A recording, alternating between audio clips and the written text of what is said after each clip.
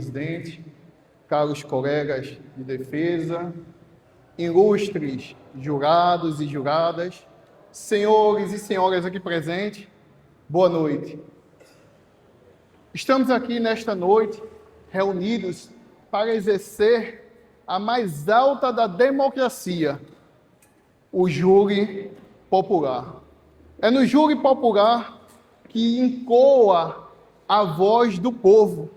É os senhores que nesta noite têm a responsabilidade de dizer que o crime ele não compensa. Senhores jurados, estamos diante de um crime de homicídio doloso tentado. Ele está previsto no artigo 121, parágrafo 2º, comandado juntamente com o artigo 14 do nosso Código Penal brasileiro. Senhores jurados, estamos aqui diante de um fato que aconteceu no dia 21 de junho de 2002. Enquanto boa parte dos cidadãos brasileiros comemorava a vitória da seleção brasileira, lá num bairro de Manaus, tinha um jovem de 21 anos que tinha sido esfaqueado brutalmente por alguém que ele mal conhecia. Vítima: Samuel Vasconcelos, 21 anos. Acusado: Claudemar Cavalcante, 25 anos. Ambos moradores do mesmo bairro. Senhores jurados, excelentíssimo juiz, senhoras e senhores aqui presentes, trarei para vocês, nesse momento, uma construção oral de todos os fatos que aconteceu naquela trágica noite. Sim, senhores jurados e juradas, uma trágica noite. Passava-se um pouco mais de 4 horas da manhã, o Brasil ecoava cânticos de felicidade pela vitória da seleção brasileira sobre a Inglaterra. Um jogo marcante para aquele dia, eram as quartas de final. A Inglaterra saiu na frente, fez 1-0 com 22 minutos de jogo. Em seguida, por volta dos 40 minutos, já no finalzinho, o Rivaldo foi lá e marcou e fez o empate, 1-1. Chega-se o segundo tempo, Ronaldinho Gaúcho marca aquele golaço, que foi um espetáculo que nos trouxe uma grande vitória.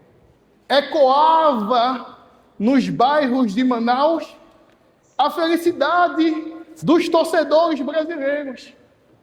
O jovem Samuel tinha assistido o jogo na casa dos seus amigos, comemorado aquela vitória tão suada, comemorando, bebendo, se divertindo. E aquela noite tinha tudo para ser uma noite que iria terminar com muita felicidade.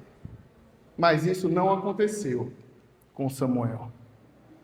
Samuel termina de assistir ao jogo, feliz, indo para sua residência, e no meio do caminho encontrou seu pai na companhia de Claudemar e de Marivaldo. Ele percebe então que seu pai estava sendo privado de sua bebida e de seu cigarro. Olha, algo muito fútil. Mas ele se aproxima dos três, cumprimenta e questiona aquela situação que seu pai estava passando com aqueles dois rapazes. E acontece uma discussão. Sim, senhores, uma discussão cotidiana que vemos no nosso dia a dia. um bate-boca entre dois jovens, a ponto de Samuel se exaltar, desferir 2 tapas ou 2 socos, um no peito e um no rosto do Claudemar. A briga começou a acontecer, mas por muito pouco tempo.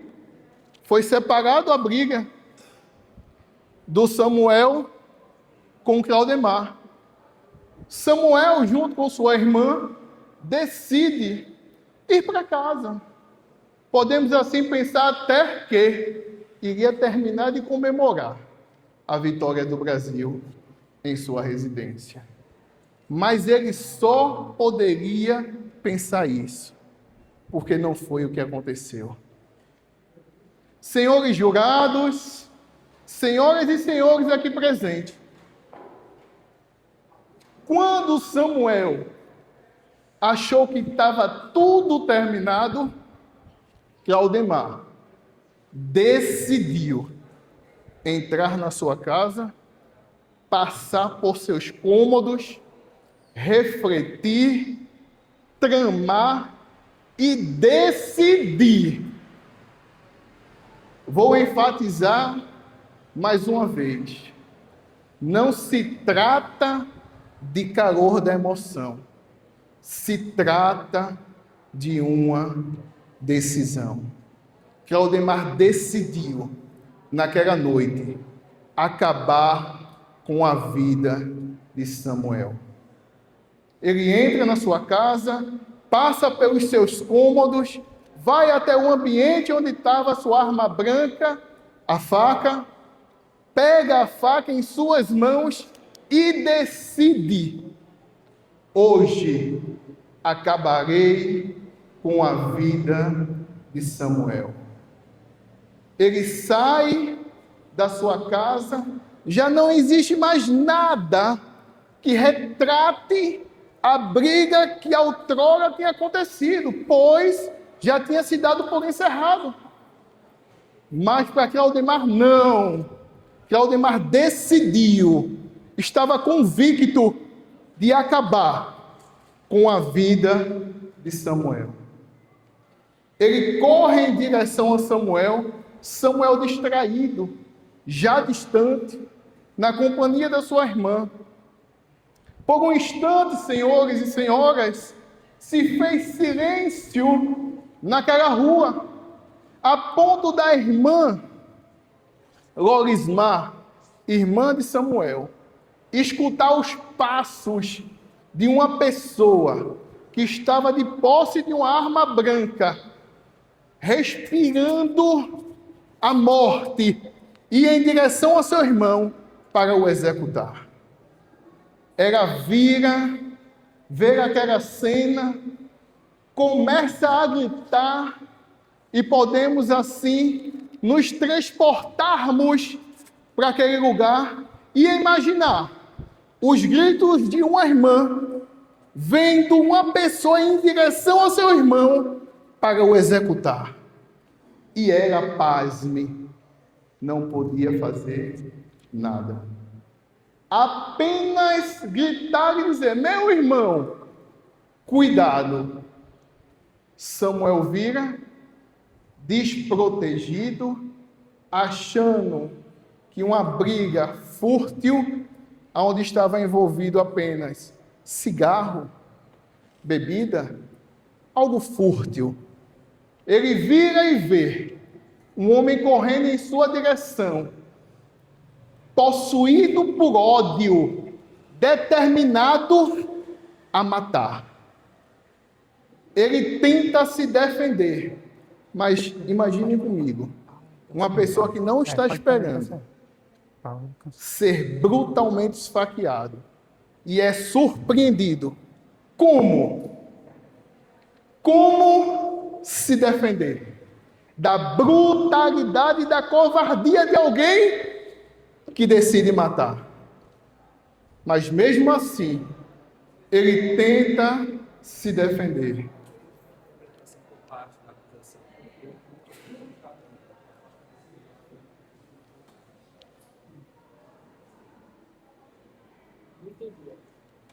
E a quarta vez que ele que a vítima foi assassinada, mas a vítima estava foi. Tentativa de assassinar. Senhores, não podemos tirar o foco da veracidade dos fatos. Ele foi para executar. Por vontade alheia à sua vontade, do executor, ou pelo ato de defesa do Samuel, ele desferiu apenas uma faca. Mas não foi uma faca apenas de ir lá e cortar, por ele ser pescador, e todo pescador, como meu sogro, ele sabe manusear uma faca, ele sabe cortar, ele sabe ferir um peixe, sabe quando a faca está amolada e sabe quando a faca está cega, e sabe até onde enfiar a faca para matar um peixe quando ele tira do mar. Senhoras e senhores, ele crava uma faca no peito de Samuel. Ele puxa a faca com o intuito de terminar aquilo que ele começou. Mas, por ironia do destino, existia uma vizinha chamada Maria. E ela começa a intervir naquela situação. A sua irmã, Claudemar, não poderia fazer nada, apenas viu. A sua vizinha tentou interferir. Ele corre, cai no chão, mas é socorrido. É 30 tudo. Senhores e senhoras, houve uma tentativa de homicídio? Sim, houve uma tentativa de homicídio. E está nas mãos de vocês a responsabilidade de dizer ao povo brasileiro que a lei existe e que ela vai ser cumprida nesta noite. Boa noite, excelentíssimo senhor, doutor juiz, membro desse tribunal de júri, membros da defesa, cumprimentos, todos aqui presentes. Boa noite, jurados e juradas. Vocês estão aqui representando o povo para, neste caso, neste crime, trazer a justiça. Justiça para a família, justiça para a vítima. Então, aqui, vamos primeiro entender o contexto. O nobre companheiro exemplificou bem o fato. Houve uma discussão entre 3 pessoas. O réu, Claudemar, Samuel, a vítima, e uma terceira, seu cunhado. O cunhado do réu, que também estava na briga. O que ocorre? Quando eles entram em vias de fato, Claudemar separa o seu cunhado, de Samuel, leva-o até a casa dele e depois vai até a sua residência, pega a faca, como tem no próprio depoimento do réu, e persegue pela rua Samuel. Eu estou aqui agora para mostrar item a item do que ocorreu naquele dia. Como o nobre companheiro já falou o fato, eu vou mostrar as provas materiais, provas periciais e testemunhais. Então, vamos começar com a prova pericial, laudo do IML, Instituto Médico Legal, vou passar para aqui para os jurados, onde fala que a perfuração existiu, foi do lado esquerdo, próximo ao peito, e foi de apenas 3 centímetros. Falamos apenas 3 centímetros, vou passar aqui para vocês, e eu peço permissão ao juiz para apresentar 2 objetos. Um modelo de uma faca de utilização de população média, ou seja, uma faca de cozinha para utilizar para cortar carne, e uma régua. Primeiramente, eu gostaria de mostrar uma simples régua. Então, o que são 3 centímetros? Quase nada, um cortezinho simples. Corte simples no peito. Aí aqui eu coloco os 3 centímetros na faca. Então a gente vê que uma faca média, e eu diria que uma faca simples de mesa ou de cortar carne de casa, e o nobre companheiro falou aqui que o réu era pescador, então a faca era aproximadamente desse porte, e aqui a gente tem 3 centímetros, mas para que a faca entre 3 centímetros, ela tem que perfurar pelo menos de 5 a 8 centímetros, adentrando a carne da vítima. Aí eu pergunto, se alguém aqui já cortou uma melancia, realmente a faca, a melancia, ela entra fácil. Mas quem aqui já comprou carne para churrasco e tenta amolecer essa carne, tentando furar a carne? A dificuldade que tem para perfurar. E vamos para o laudo. Laudo médico. Ele perfurou a pleure do pulmão e causando um sufocamento na vítima. Isso foi o laudo. Passou já? Está passando aí o laudo médico. Ou seja, a perfuração foi profunda o suficiente para atravessar a pleure e causar um sufocamento no pulmão. Quem diz isso? O laudo médico. O que ocorre? Entra ar pelo pulmão, o pulmão esvazia igual um balão e aí a vítima começa a ficar sufocada. E, segundo também o laudo médico, ocorreu a hemorragia. Então, a vítima ficou sufocada com o ar entrando nos pulmões e com o sangue. Imagine vocês sufocados ali com o sangue e com o pulmão sendo pressionado, como se fosse marretado. Imagine vocês se nós aqui prendêssemos a respiração por 15 segundos. Não dá 15 segundos e a gente fica sufocado. Imagine então qual foi a sensação da vítima em receber não só aquela facada, sentir não só aquele corte, mas estar sufocado com seu próprio sangue. O laudo médico, ele é preciso, ele diz que se ele não fosse socorrido com urgência, ele teria morrido. Ficou 8 dias em observação direta médica para poder sair o ar dos pulmões e o sangue. Aí está a gravidade do fato. Então aí a gente já tem a prova pericial. Temos a prova pericial, o laudo médico. Agora vamos para as testemunhas. Muitas vezes, em muitos casos, as palavras se misturam e a gente se confunde. Eita, será que ocorreu mesmo dessa forma? Será que não ocorreu? Vamos analisar. Primeira testemunha, a irmã da vítima, que fala que viu, como o nobre companheiro narrou, viu ele andando e começou a gritar. Tanto que a vizinha, que é prima do réu, saiu à rua ouvir os gritos.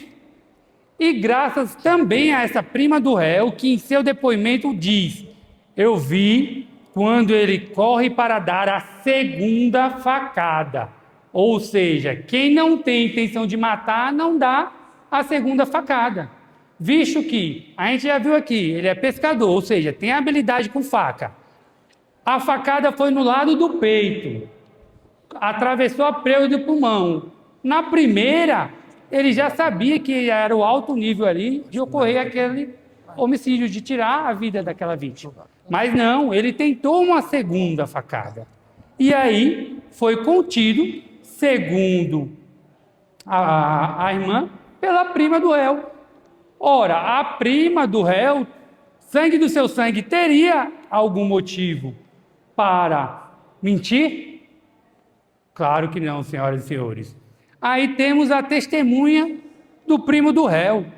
O primo do réu fala que Samuel chegou alterado, estava embriagado. Imagine que se a gente sair correndo aqui, ó, atrás de uma pessoa que nos relatos dizem que estava a uma certa distância. Imagine vocês se uma pessoa está correndo atrás de vocês com a faca. Pega não. Por quê? Porque a idade média deles, 21 e 25 anos. Se dermos um tiro de 100 metros, a outra pessoa não consegue acompanhar dependendo da distância. Mas temos um detalhe aqui que estão nos autos. O próprio réu disse que Samuel estava embriagado, então não estava em sua condição normal. Por isso, ele veio a cair, como sua irmã relata, e conseguiu ser alcançado e ser atingido pela faca. Samuel, então, ainda deu alguns passos e caiu.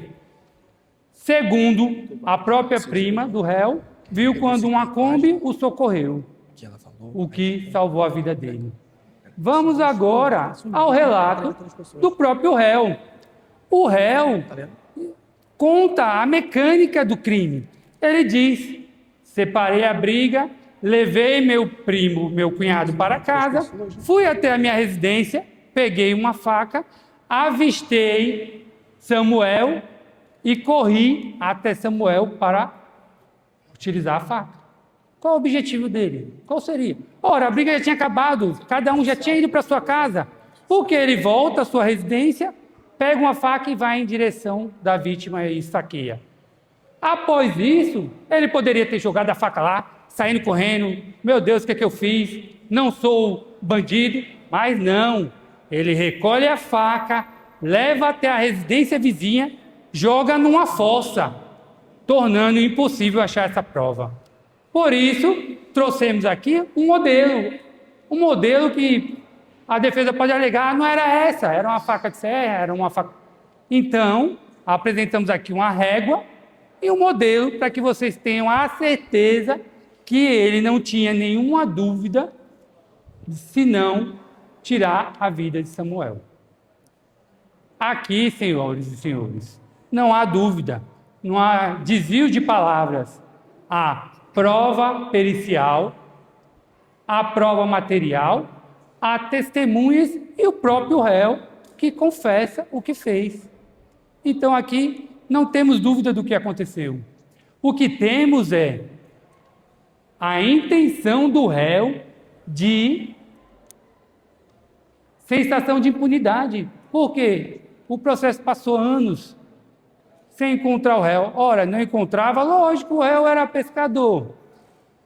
Diz que passava um tempo no mar. Se nós somos inocentes, quem vai dormir 10 anos com travesseiro, com a cabeça no travesseiro, esperando ser preso? Ele quer que resolva, quer que seja inocentado. Quem é inocente é isso, procura-se inocência. Mas não, o que ele fazia era desviar das intimações, até o ponto de ser decretada a prisão dele. E aí a polícia encontrou ele. Por que a polícia encontrou e os membros que levaram a intimação do tribunal não encontram? Ora, os membros do tribunal, o oficial de justiça, vai de boa fé até a residência que está lá. Se não está naquela residência, ele volta e diz: não está aqui, foi negado. Quando a gente dá um mandado de prisão, como tem nos autos, todo o sistema de segurança é acionado. InfoSeg é um sistema de segurança. Então, por qualquer lugar que ele for abordado, que consultar CPF, ele é identificado. Então, a polícia localizou e prendeu. Foi a partir daí que começamos a dar solução, a dar justiça a Samuel e a família. Excelentíssimo senhor doutor juiz-presidente, ilustres colegas de defesa, nobres amigos da acusação, senhoras e senhores que compõem esse júri. Uma boa noite. O Ministério Público vem para este tribunal para sustentar a pretensão acusatória ratificada na sentença de pronúncia. E antes mesmo de nós falarmos sobre o Código Penal, sobre leis, sobre teses defensivas, precisamos falar de algo muito mais importante, que é a vida. Porque naquela madrugada, Samuel Vasconcelos do Nascimento quase perdeu sua própria vida. Samuel quase não voltou para casa. Quase não voltou de volta para os braços dos seus entes queridos. Samuel, naquela noite, quase teve a sua vida encerrada, os seus sonhos cancelados, por causa do ego ferido de um homem. E é impossível a gente analisar esse caso e não perceber o que aconteceu naquela noite. Aquilo não foi um incidente, não foi um ato reflexo. Aquilo ali foram as sequências conscientes de escolhas. Escolhas que quase levaram Samuel à morte.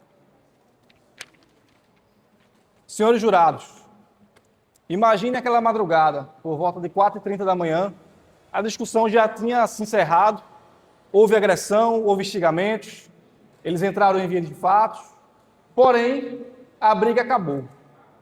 Isso precisa ecoar no disciplinário. A briga acabou. Samuel não estava mais tentando matar ninguém, Samuel não queria mais saber daquele conflito, ali já tinha se encerrado, Samuel estava caminhando com a sua irmã para casa. Mas Claudemar não conseguiu aceitar aquilo. Claudemar decidiu trocar a humilhação por um ato de violência mortal. Senhores do júri, me vem à memória uma frase do grande filósofo Jean Paul, que fala o seguinte: o homem não é aquilo que diz, é aquilo que faz. E naquela madrugada, Claudemar deixou de ser um homem humilhado, com um soco no rosto, e decidiu ser aquilo que ele escolheu fazer. Porque vejam comigo o que aconteceu naquela noite, depois da briga. O Claudemar, ele sai do local, ele vai para sua casa, entra em casa, procura a melhor faca, sai armado e vai à caça, vai atrás de Samuel. E onde Samuel está? Com a sua irmã, caminhando pacificamente. E é quando o pior acontece. Ali não foi um impulso de Claudemar, porque ele teve intervalo, teve deslocamento, teve tempo de refletir. Mas não, ele decidiu fazer a pior escolha. Ele decidiu tentar tirar a vida de Samuel. E Maria Monteiro, ela viu tudo isso. Nas folhas 6, a Maria Monteiro, a prima de Claudemar, ela informa isso no seu depoimento, que ela viu Samuel correndo e Claudemar viu a tentativa da segunda facada. E eu quero frisar o seguinte: aquela segunda facada só não houve porque o Claudemar se assustou com o pessoal que chegou, que causou o tumulto. Senão hoje nós estaríamos diante de um homicídio consumado. Claudemar, ele não desfere qualquer golpe, não é um golpe qualquer. Não foi no braço, na perna, não foi um golpe para assustar. Ele desfere um golpe no peito de Samuel. Um golpe no tórax, numa região extremamente importante, uma região vital. Um golpe com ânimos de necande. Não foi com ânimos de ferir, foi com ânimos de matar. E só não houve a morte de Samuel por circunstâncias alheias à sua vontade. Porque sua irmã estava perto, conseguiu socorrê-lo. Porque havia hospitais próximos e médicos preparados. Porque se dependesse do réu, do Claudemar, hoje Samuel estaria morto. O réu, ele chega a confessar no seu depoimento que realmente desferiu um golpe, um único golpe, em Samuel, no peito. Só que o que temos que ter em mente é que ele não fala isso porque ele se arrependeu. Ele fala isso com a intenção de caracterizar uma legítima defesa ou talvez um homicídio privilegiado, para tentar excluir a ilicitude do crime, porque ali não haveria crime se fosse legítima defesa. Ou então, conseguir um homicídio privilegiado que teria uma redução de pena. Ou seja, até na sua confissão, o réu, ele é claro, que está tentando fazer isso em benefício próprio. Senhores jurados, a defesa tentará alegar violenta emoção. Porém, violenta emoção não abre portas para cometer tentativas de homicídio. Pois se deixarmos isso passar em branco, o que será da vida humana? A defesa também poderá tentar alegar a legítima defesa. Porém, o Instituto da Legítima Defesa fala o seguinte, que você deve agir moderadamente a agressão injusta ou iminente. Mas qual agressão Samuel praticava nesse momento? Samuel estava indo embora com a sua irmã, talvez conversando sobre a vida, sobre os seus planos, sobre a família. A defesa também poderá tentar diminuir o fato e falar sobre lesão corporal. Mas uma faca cravada no peito esquerdo, no tórax, não é região vital, seria só lesão corporal? Talvez tentem também levantar uma tese de embriaguez. Porém, o próprio Claudemar, no seu interrogatório, ao ser perguntado se ele estava sob o domínio do álcool ou sobre forte emoção, ele diz estar sobre forte emoção. Ou seja, ele desmonta completamente essa tese defensiva. Senhores jurados, existe um detalhe que revela a consciência do réu nesse momento. O Claudemar ele fala no seu interrogatório que, após desferir o golpe, ele pega a faca e joga em uma fossa, na fossa do esquecimento. E eu pergunto aos senhores, quem faz isso? Sabe o que está fazendo? É claro que sabe. Enfim, como disse Mahatma Gandhi, não é preciso fazer história para mudar o mundo. Muito obrigado.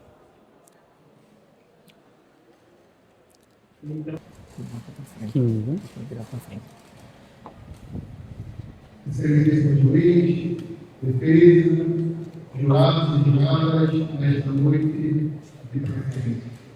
Nós não podemos se atentar à altura da noite para esconder os fatos reais. Estamos diante, senhoras e senhores, de um crime de homicídio doloso tentado. Crime de homicídio doloso tentado. E é, Felipe, um crime de homicídio doloso? A resposta é sim. Artigo 14, inciso 2º do Código Penal diz assim: o crime quando o agente inicia a execução, mas não consegue consumá-lo por circunstâncias alheias à sua vontade. Artigo 14, inciso 2º. Ele começa a execução. Não finaliza não por vontade própria, mas por circunstâncias alheias à sua vontade. Isso aconteceu? Sim. Vamos para o depoimento. Sem aumentar sem fazer malabarismo, mas com os fatos. O depoimento de Maria Monteiro Cavalcante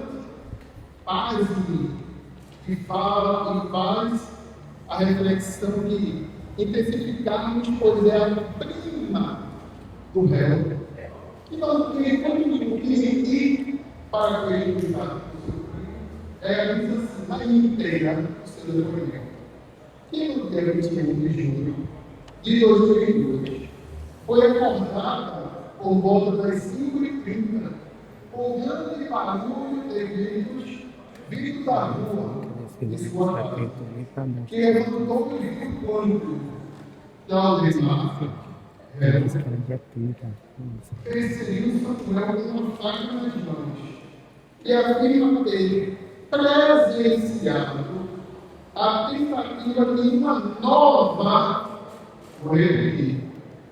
Ela diz que viu quando ele persegue Samuel e tenta uma nova facada. Se é nova, é porque já tinha sido uma. Segundo, que não teve sucesso, ou seja, ele tentou dar uma nova facada, mas não teve sucesso. Afirma que antes Claudemar já teria estapeado Samuel, que pôde correr atrás de Claudemar, que o seu filho, e viu que este desistiu da perseguição e voltou. Claudemar estapeia, e a faca da tua vida. Samuel, desesperado para sobreviver, corre para não morrer. Claudemar persegue ele para dar uma segunda vez para recusar os criaturas. Ele não consegue, não porque não queria, mas com uma vontade de Deus sua vontade. E assim, ele não terminou aquilo que ele pensou e queria fazer, decidiu, que era a execução de Samuel. Senhores jurados, antes de tudo, nós queríamos reensinar, nossos colegas da defesa a como usar uma régua, tá? Os 3 centímetros, no laudo do exame do corpo de delito, fala o seguinte: verificam apresentado o hemitórax, lateral esquerdo, cicatriz do tipo queloidiana, ou seja, 3 centímetros não foi de profundidade, foi de uma cicatriz queloidiana. Então vamos lá.